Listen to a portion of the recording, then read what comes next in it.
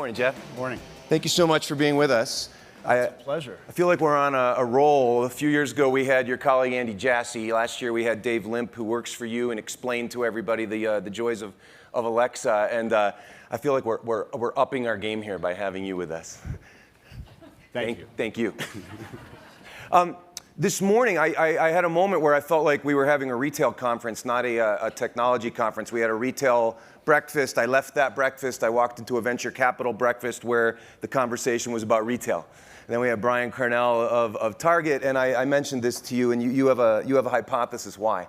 Well, first of all, retail is a massive global market, and we're all customers. So I think it's natural that we would talk about things that we do every day in our lives, technology that we understand, that we're all involved in, and where there's so much opportunity for growth and invention.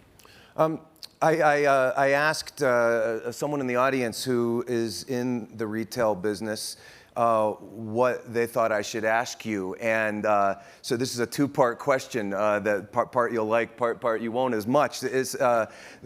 One is, how does Amazon tackle so many different businesses at once?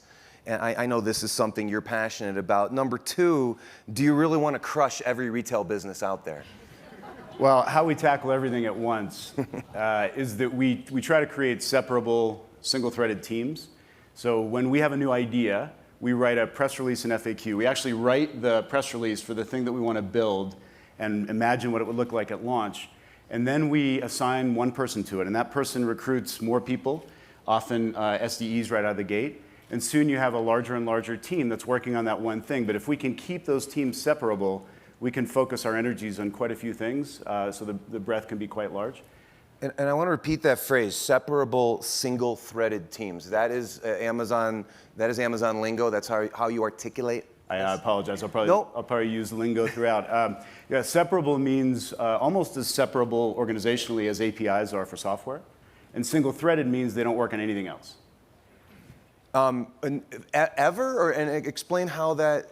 Well, we're as pure as we can be, but this works best, I've found, when the single-threaded leader does not have to get up in the morning and worry about anything other than the thing that they're charged to succeed at. So the person who owns Alexa wakes up every day and thinks about nothing but Alexa. If they got distracted by what's happening in Kindle or what's happening in another aspect of the retail business or what's happening in AWS, they have less time to focus and less time to notice the things that aren't going well. So that begs the question, as the leader of this very, very large organization, how you weave together those many single threads. It's a great question. So we think about mechanisms as a way to lead beyond line of sight. So we try to build things, actually try to build tools, get them adopted, and then inspect the tools to make sure that they continue to be used.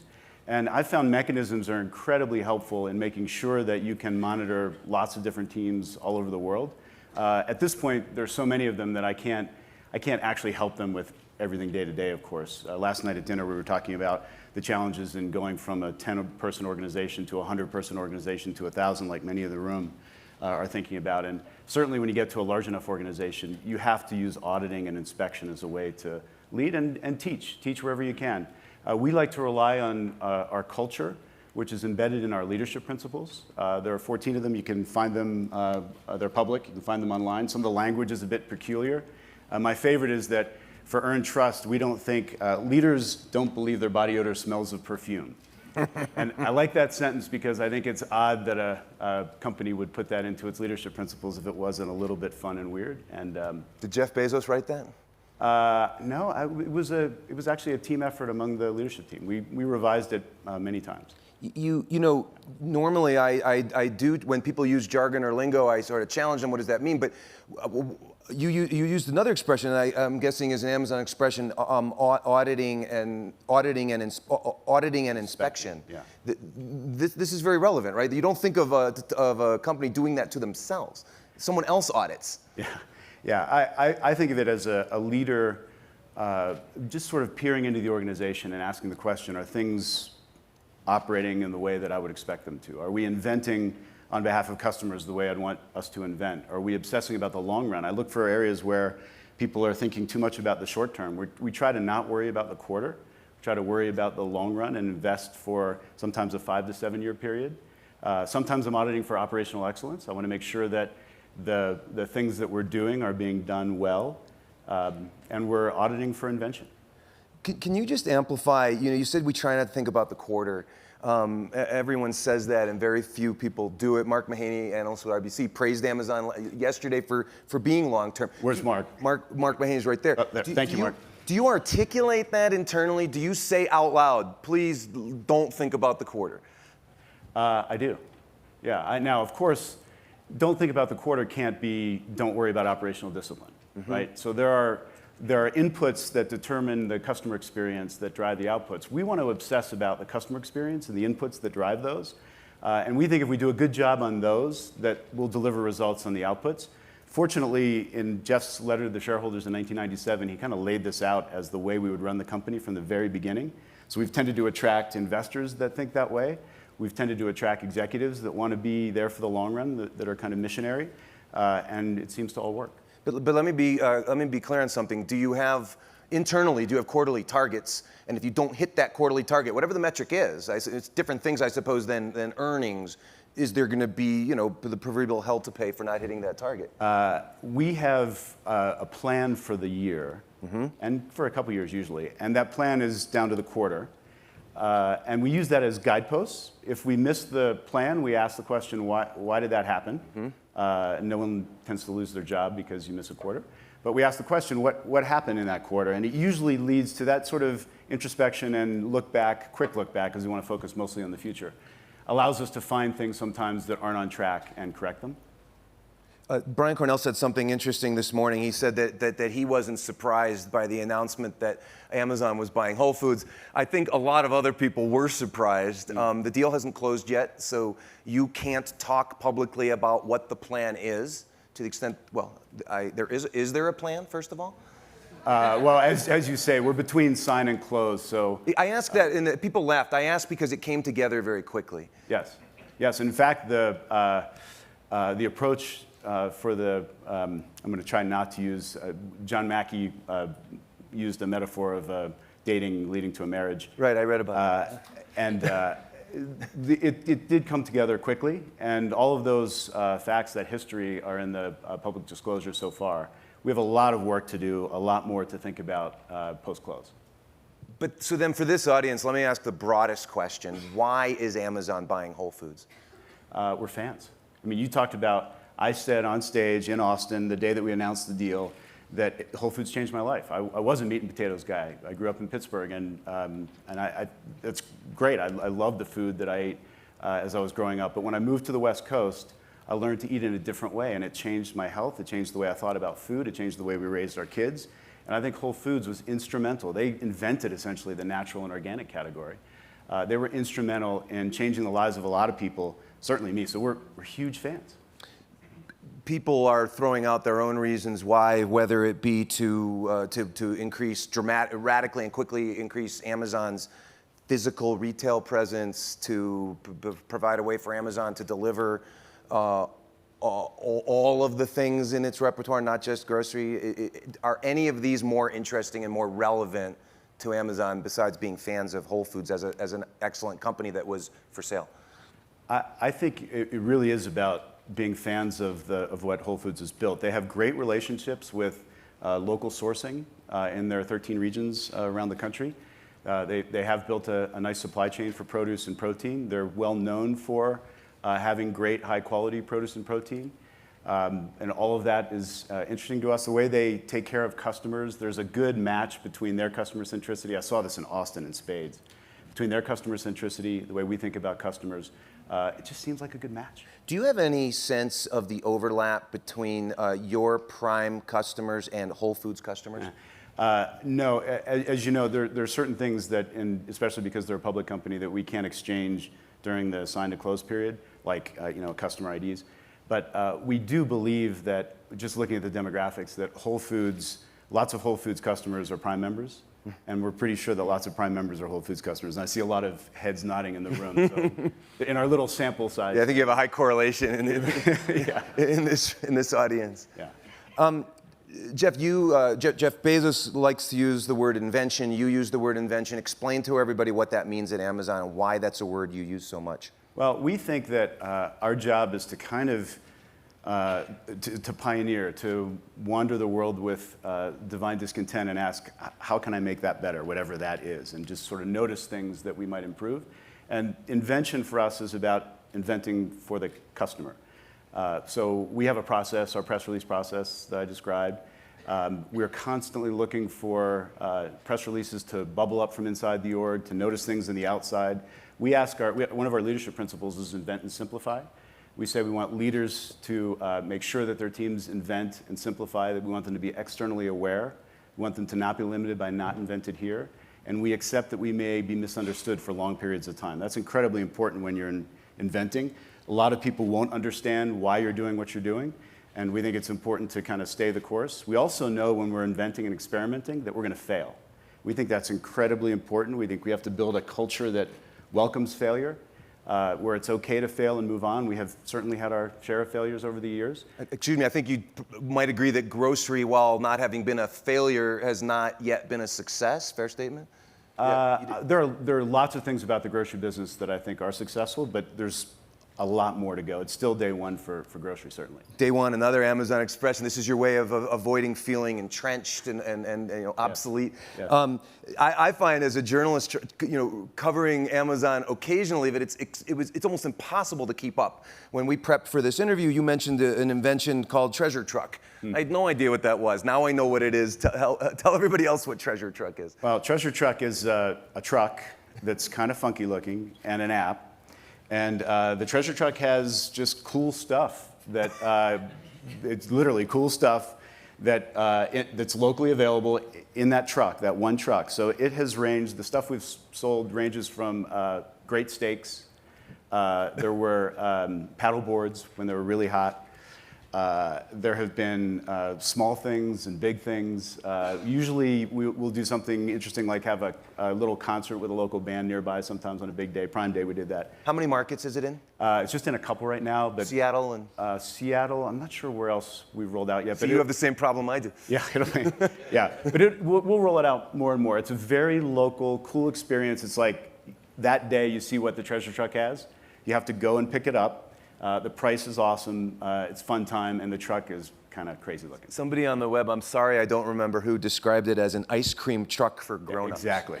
I love that. Do you remember, we don't have I don't know if we have the bells. We were experimenting with that a little bit. Need bells, yeah. Yeah. I just remembered that I did something that I would criticize another journalist for doing. I forgot to, you didn't answer my question, and so I'll ask it again. Do you want to crush every retail business out there? Look, the way we think about this is that we're seeking to invent on behalf of customers. And sometimes that leads to disruption. Disruption happens, though, when customers choose a different way, when they choose a different technology or something that they like better. But that's not what we're focused on. There's certainly business models that are about conquering. That's not us. Our business model is pioneering. And we think if we do a good job taking care of customers, that we happen to be in a business, retail, that is the largest market in the world.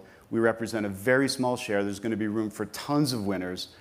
Many of them are in this room. There are going to be lots of inventions in this space. It's not a football game. There's not one winner at the end of the day.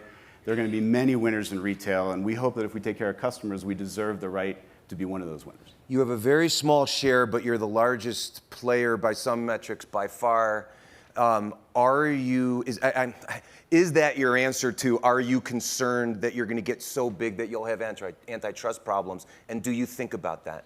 Well, first of all, I want to disagree slightly with the premise of the question, because I'm talking about the global retail market, and our share of global retail is on the order of 1%. And U.S. retail? I don't know what the numbers of U.S. retail, but it's single digits. So we still are very small in this very large thing. Now, I do think that all substantial entities in society deserve scrutiny, certainly. And our job is to take care of customers, to be transparent, and to pass the scrutiny with flying colors. And I think we can. Your questions, please. I'm sure we're going to have a lot. Let me go right there. I see a yellow paddle. Yep. I'm RJ Jain, founder and CEO of Price.com. Whole Foods has a huge stake in Instacart since Amazon already has Amazon Fresh. So you see future synergy between the two or competition? There's no plans to change anything as a result of the deal. Frankly, our deal. Frankly, Whole Foods is going to continue to operate Whole Foods. So we think they're great. We want them to continue to do what they do best. Their motto is kind of satisfy and nourish customers, and we want them to continue to do that. So this is a Zappos approach where you left Zappos remained an independent business. Yeah, and over time we found ways that we could learn from Zappos. There's some things in their HR area, for instance, some things they were trying with employees that I thought were super clever, and we brought them back into the company, and hopefully Whole Foods will teach us some things too. Interesting. Focus, Mark, Jeff, just tell everybody who you are. Mark Mahaney at RBC. When you first 10, 15 years of the company, when you focused on price selection and convenience to drive customer satisfaction, I think you leaned more heavily on price. And now that you've got this selection has increased dramatically because of the third-party marketplace and the fulfillment, the same day, the next day has really improved dramatically since those years. Does that allow you to push less on price, to offer people, you don't have to compete as aggressively on price? Is that a change at Amazon? No. I've been running the kind of retail side since 2007. And I can tell you in 2007, I didn't have quite the level of visibility, just that the tooling needed some work. But since 2007, so for 10 years, we have been laser focused on price, selection, and convenience without making a compromise among them. And that won't change in the foreseeable future. Over here, please. Yeah, hi, Mitchell Green from Lead Edge Capital. I was wondering if you could comment at all on your India strategy, whether you think there'll be multiple players in the market, and also if you could comment at all on Alibaba's global ambitions and how that relates to Amazon. Thank you for that.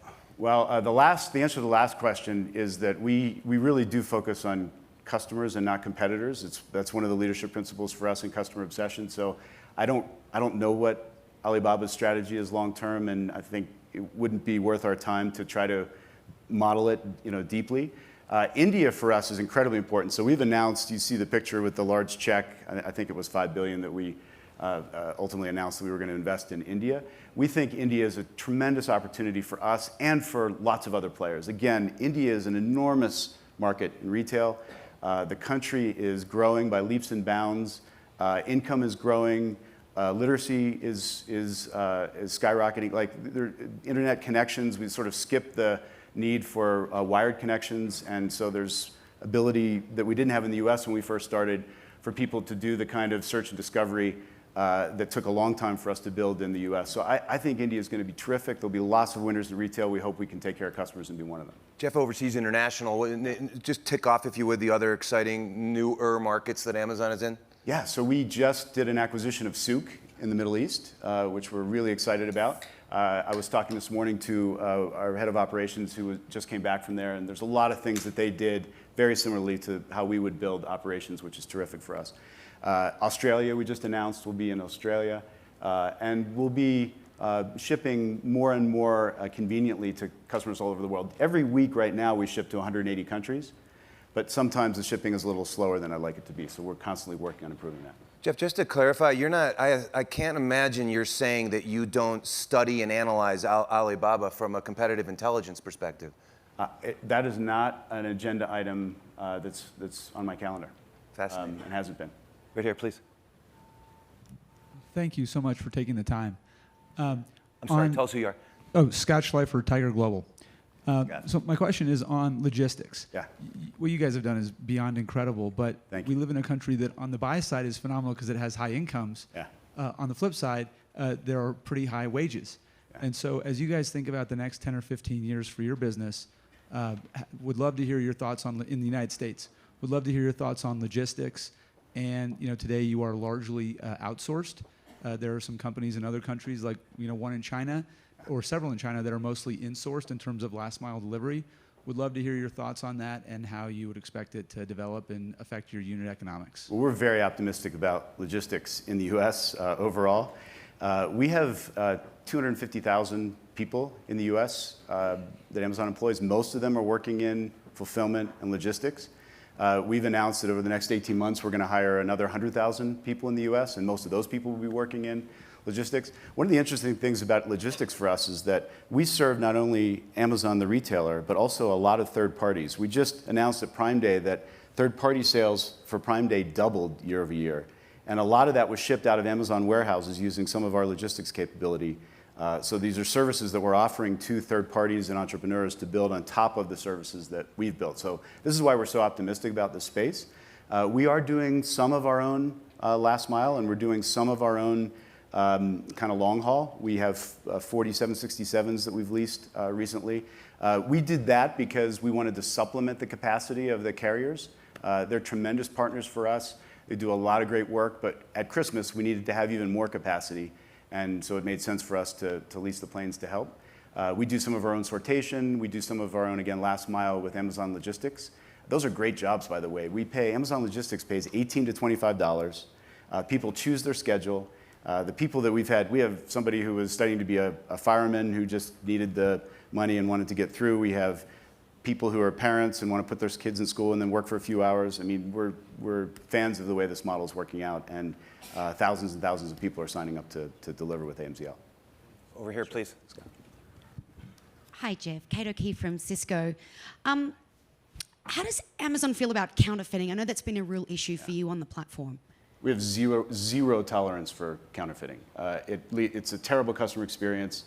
It degrades trust, and I think counterfeiting is confined, but I think it's confined to a small number of sellers, and we are aggressively pursuing through technology, uncovering who they are, and we pursue them in the legal system when we identify their actions.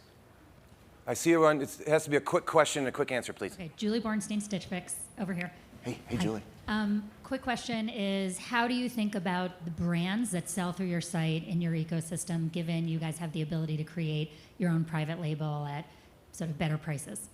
And I'll add to her question by noting that you recently signed up Nike. Yeah. Took a very long time to get Nike. Yeah. I started working on it a long time ago, which somehow became public.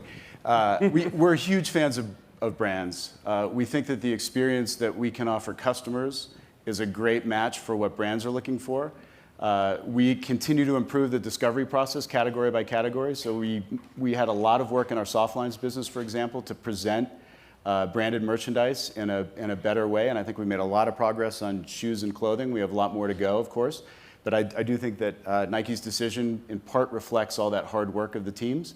Like all retailers, at some point you have to consider private label, where there's an opportunity to offer a great value product at a low price, low cost to customers. And where that opportunity exists, we're going to take a look. We have some private label brands now with Amazon Basics, for example, in consumer electronics. We'll continue to look for those opportunities, but I think brands that have a different sense of style, that have a huge hand in production of their product so that it's unique in every way, are going to be around forever, and we hope that we can be a great partner for them. Jeff, thanks a million for being here with us. Happy to be here. Really appreciate it.